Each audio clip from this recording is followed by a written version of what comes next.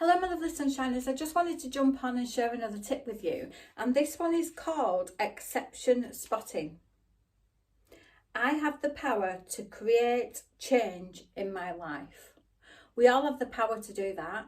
We're not stuck in a situation that we can't get out of. We can change things and make things better. It might take a bit of practice, it might take a bit of time, but we do have the choice and we can make the changes. So it says, get my glasses, eyes are not working well today.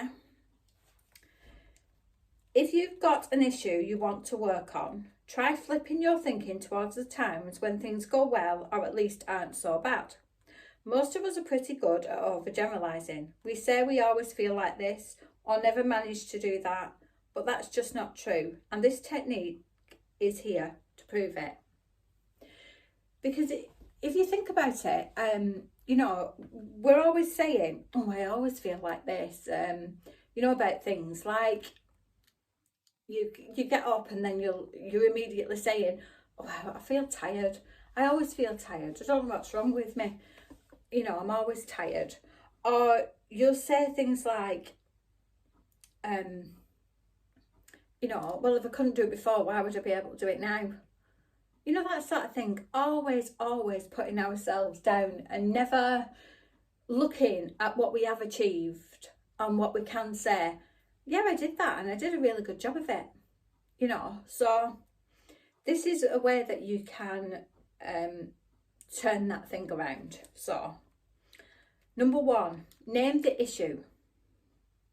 Think of something you want to change about yourself. Feeling anxious when you go out with friends, for example, or eating too much junk food.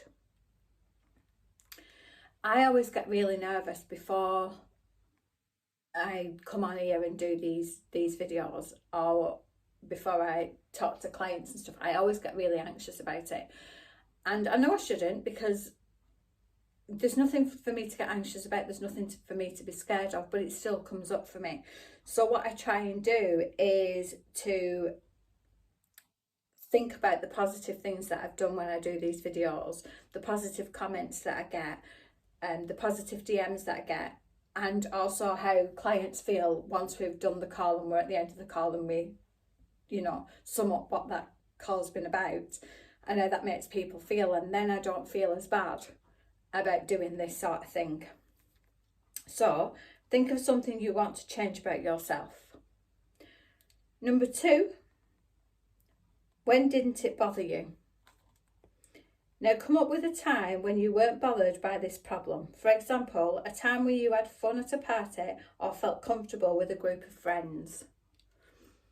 So with my example of doing my videos, when I've done the initial 1 or 2, I'm fine. I could probably film 10 in a day maybe, and by the time I've done the first 2, I'm then back on an even track and I can feel all right about it.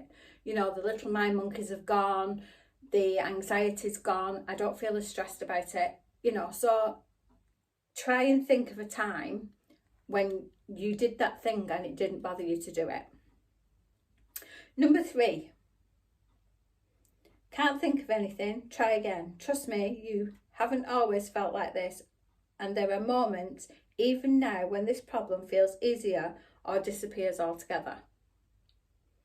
So if you think of something else, like maybe if you don't like, you're a bit afraid of going out perhaps because you don't want to walk to town on your own because you used to go on with somebody else, and you don't want to do that. But if you just go out and take that first step and go to town, even if you only walk to town, have a walk around 5 minutes and come back, at least you've done it, and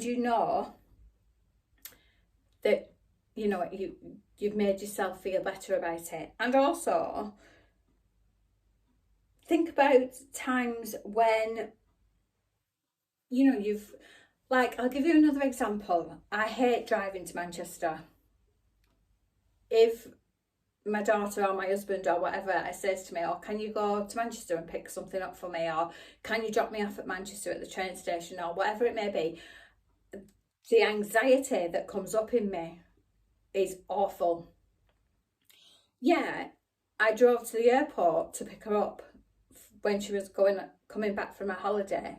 I drove to Manchester Airport and wasn't even phased by it at all.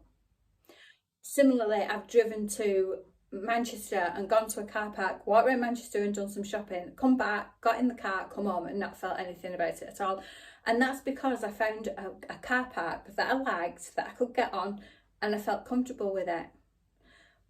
You know, but I tried, and I know that I've done it before and nothing's happened and I've been fine and I've got myself in my parking space and I've done what I needed to do.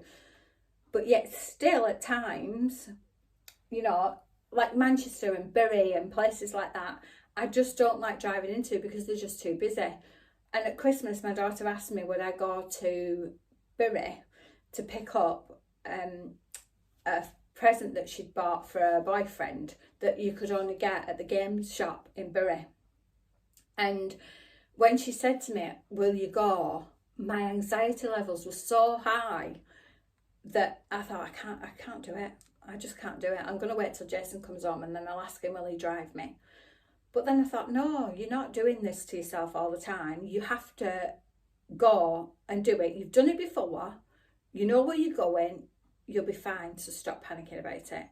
So do you see what I mean? You can sort of get your anxiety and be like, no, just hold on a minute. You're coming up. Yes, you want to keep me safe, but you're just making me feel worse about myself. So go away and leave me be. So number 4 is explore. Once you have found your exception, dive deeper. What was happening before and during this time? Can you think of anything you did even slightly different? Now for that one, with my example of the driving to Manchester, I did it on my phone. I got my little map out and I went and I did the journey on my phone, and I found a car park online that I knew was easy to get to. I knew where it was, I knew how I could get there, and I didn't feel as stressed about it once I'd done that, because in my head I'd already made the journey. Even though I hadn't actually done it physically, I'd made the journey in my head. So I knew I'd gone on Google Maps and I just followed the road. So I knew where I was going. So that made it a lot easier for me. Number 5, acknowledge your part. See your actions as a potential resource, one you can use to make different choices in the future. Acknowledge your own capacity to create change. Sometimes I think we need to step into the things that we're frightened of in order to make them into something a bit more simple. So, you know, acknowledge that you've done it and give yourself a pat on the back for doing that.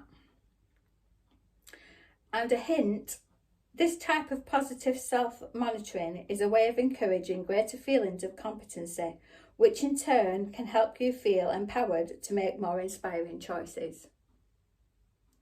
And the tip is give yourself credit for times when things go better than expected. Try to notice these moments as they happen. Because like I've said to you before in previous videos, we never give ourselves enough credit for what we do. So give yourself credit, pat on the back for a job well done. Okay, that's that for now, and I shall see you all again soon. Bye.